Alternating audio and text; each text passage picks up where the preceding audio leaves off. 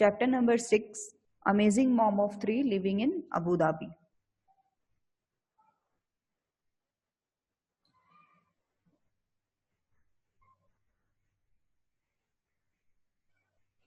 From the name of the chapter, you can guess what story we are going to read about. आपको इस chapter के name से थोड़ी बहुत समझ में आ रही होगी कि हम क्या स्टोरी इसमें पढ़ने वाले हैं.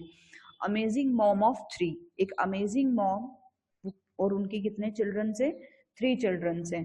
She is mom of 3 living in Abu Dhabi. और वो कहाँ पे रह रही है? अबू धाबी में. Abu Dhabi is the capital of UAE. UAE, United states of United Emirates. आपने नाम सुना होगा दुबई. दुबई तो सभी ने सुना है, ठीक है. तो अबू धाबी जो है वो यूएई का कैपिटल है and she is living in Abu Dhabi. Now let us start. In this chapter we are going to read about the conversation between two people. दो लोगों का यहाँ पे conversation हो रहा है. एक रिपोर्टर है, that means किसी मीडिया का पर्सन है जो इंटरव्यू ले रहा है amazing mom of 3, that means कि वो जो 3 बच्चे हैं उनकी मदर का.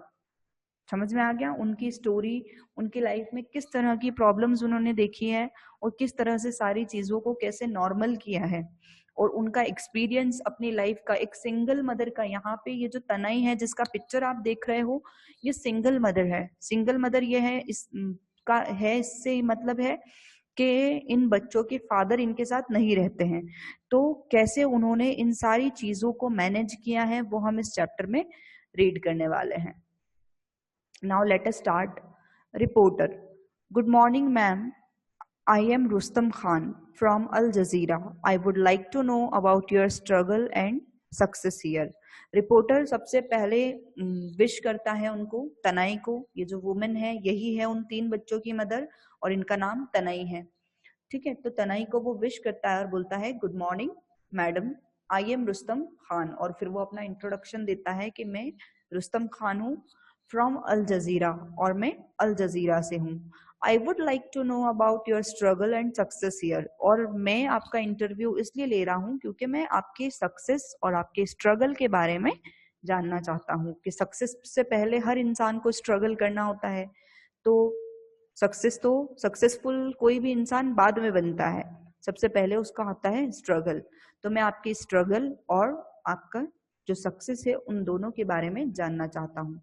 तनई: thank you for choosing me for the interview, please go ahead. तो तनई जो है वो इनको रिप्लाई करती है कि थैंक यू, आपने मुझे इंटरव्यू के लिए चूज किया. और and then she is telling that please go ahead. Please go ahead that means she is allowing him to ask questions from her.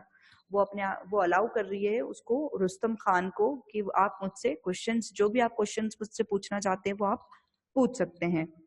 Now what is the question of reporter? You have 3 children under the age of 11 and you moved to Abu Dhabi. How did you decide to make such a big move?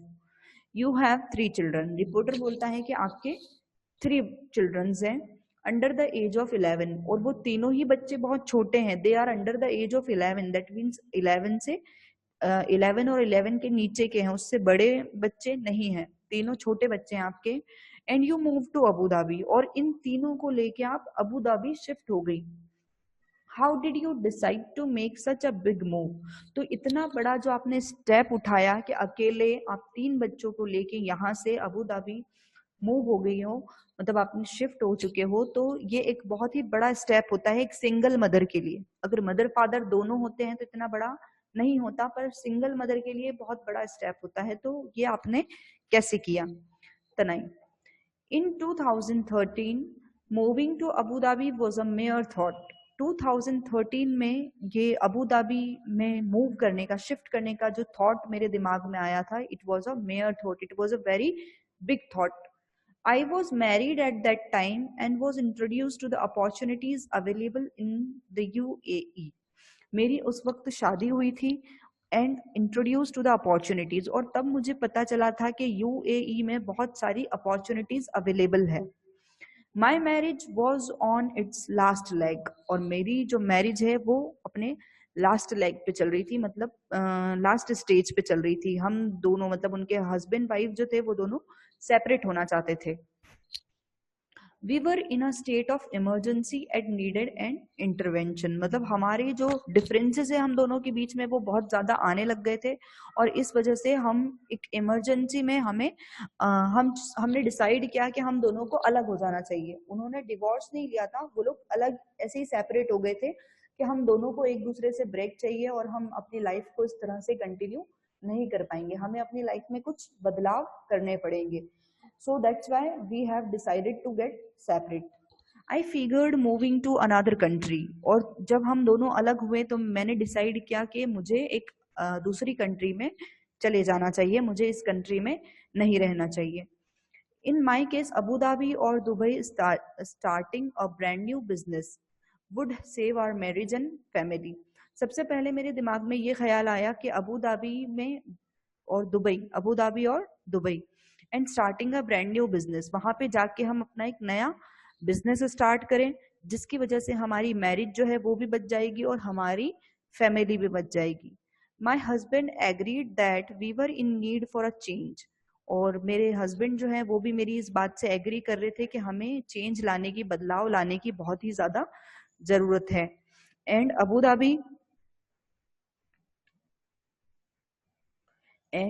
Dhabi would be the best place to start fresh, और Abu Dhabi जो है वो एक बहुत ही अच्छी place रहेगी हम दोनों एक जो नई शुरुआत करना चाहते हैं उसके लिए। Okay, so they decided to get separated. We boarded the airplane 4 deep, 3 kids and 1 parent instead of a family of 5। इतना कुछ डिसाइड होने के बाद भी जब हमारा जाने का टाइम आया तो प्लेन में हम 4 लोग गए थे, मतलब जो ट्रेवलिंग बोर्ड हुए, जब हम यहाँ से निकले तो हम सिर्फ 4 लोग ही गए थे, और उन 4 लोगों में कौन कौन था? 3 kids and 1 parent instead of a family of 5। और हमें जाना 5 लोगों का था, लेकिन हम कितने लोग गए थे? सिर्फ 4 लोग गए थे। अगर 3 चिल्ड्रंस और पेरेंट्स को देखा जाए तो 5 होते हैं, लेकिन उन दोनों पेरेंट में से सिर्फ एक ही पेरेंट उस प्लेन में गया। Reporter, was getting an offer in Abu Dhabi or Dubai difficult? What was the interview process like? Was getting an offer in Abu Dhabi और दुबई डिफिकल्ट? क्या आपको अबू धाबी में या फिर दुबई में ऑफर मिलना डिफिकल्ट था? बहुत ज्यादा डिफिकल्टी हुई आपको वहां पे जॉब मिलने में? What was the interview process like? और वहां पे जो इंटरव्यू प्रोसेस, जब आपको जॉब मिली तो फिर उसका इंटरव्यू प्रोसेस जो था वो कैसा था? getting an offer was a breeze। getting an offer was a breeze, हम मेरे लिए ऑफर मिलना इतना ज्यादा डिफिकल्ट नहीं था।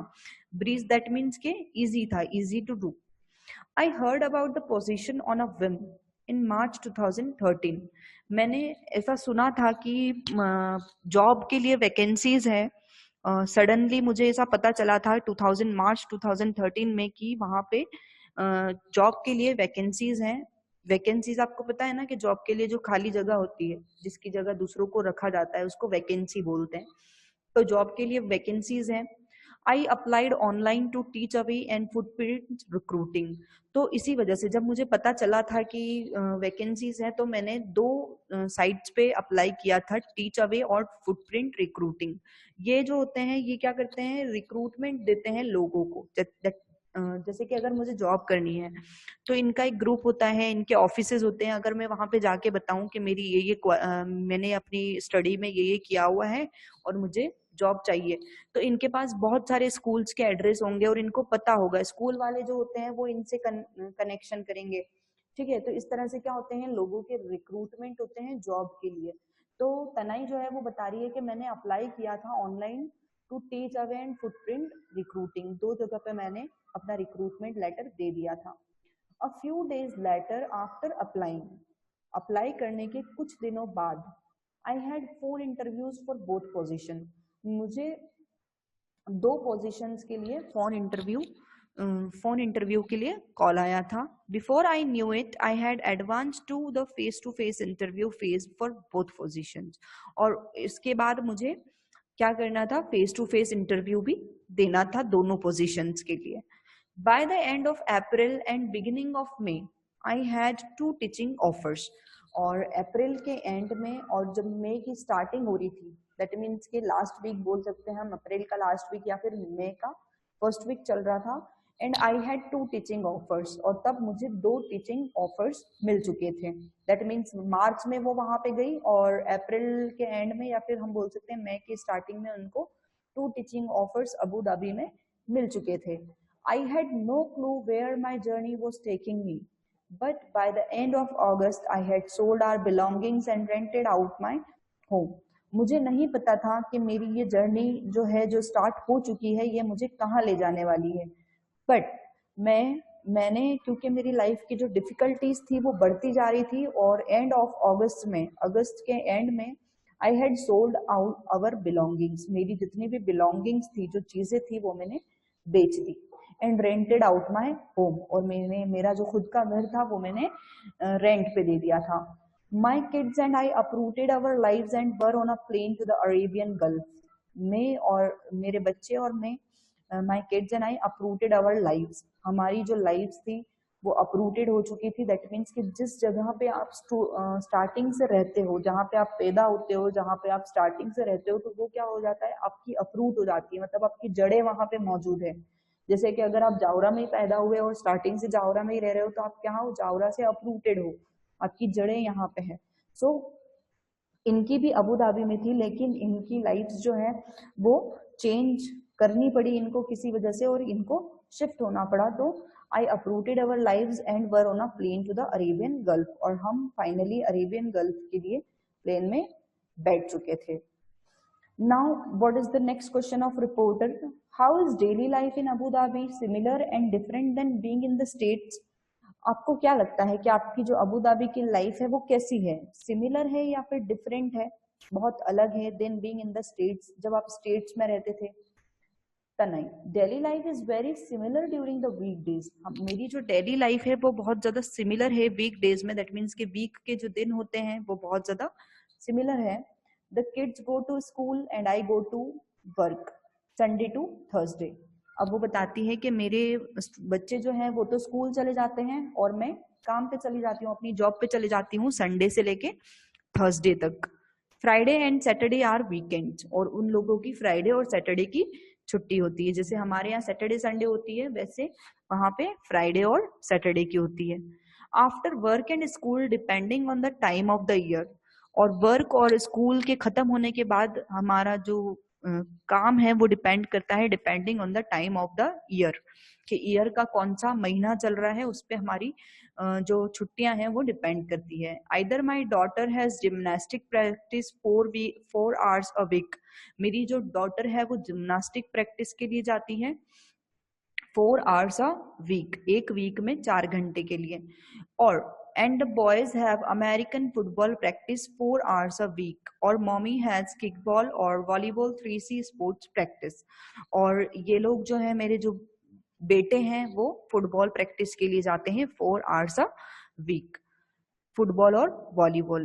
It's very similar to our routine back in the States, except mommy didn't have time for sports because my time was devoted to the American hustle outside of being a mummy and wife। अब वो बोलती हैं कि मुझे इतना ज्यादा time नहीं मिलता था अमेरिका में, यहाँ पे फिर भी मुझे थोड़ा ज्यादा मिल जाता है। अमेरिका की जो लाइफ थी वो बहुत ही ज्यादा हसल थी, दैट मीन्स कि इधर उधर होता रहता है, कुछ ना कुछ काम आता रहता है, तो इस वजह से मैं वहां पे बहुत ज्यादा बिजी होती थी। लेकिन यहाँ पे मेरे जो बच्चे हैं ये खुद भी अपनी एक्टिविटीज में लगे रहते हैं और मुझे भी थोड़ा बहुत टाइम मिल जाता है। You know the American hustle, और वो रिपोर्टर से बोलती है कि आप तो जानते ही हो अमेरिकन हसल कैसा होता है। Where you have a full time job plus 3 other side gigs just to keep your head above water which leaves little room for me time or a social life. और आप जानते हो कि America में ये कितना टिपिकल होता था कि 3 बच्चों को भी संभालना है और उसके बाद घर का भी सारा काम होना है। यहाँ 3 साइड गिग्स जो है उन्होंने अपने बच्चों को बोला है कि ये 3 साइड गिग्स है, तो इनकी वजह से मैं इतना ज्यादा अपना जो टाइम है वो स्पेंड नहीं कर सकती थी, तो अपने आप को खुद को मैं टाइम नहीं दे सकती थी। लेकिन जब से मैं अबू धाबी में शिफ्ट हुई हूँ तो थोड़ा टाइम मैं अपने लिए भी निकाल लेती हूँ, क्योंकि मेरे बच्चे जो है वो भी चले जाते हैं और मतलब हमारी लाइफ बहुत इजीली यहाँ पे मैनेज होने लग गई है। Okay, So from here we will continue this chapter tomorrow.